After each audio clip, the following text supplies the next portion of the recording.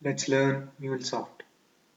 Today I will show you how to use first successful connector.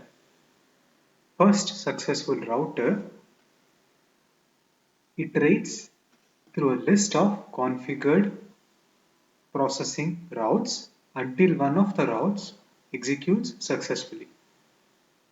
If any one of if any processing route fails execution, the router executes the next configured route.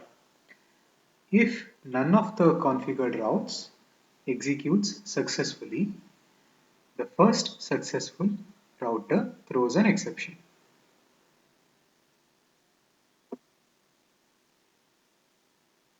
I create a template flow from one of my projects in GitHub. Link in video description. Template project looks something like what's shown on screen. We have loggers placed at input and output. Transform component response HTTP header and payload after converting them into a JSON.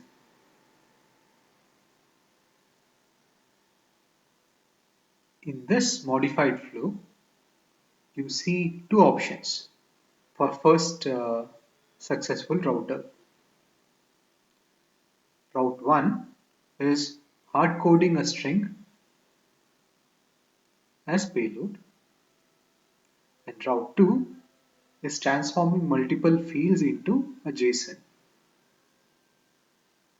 First successful route will go through path 1, and if it fails, it will execute path 2.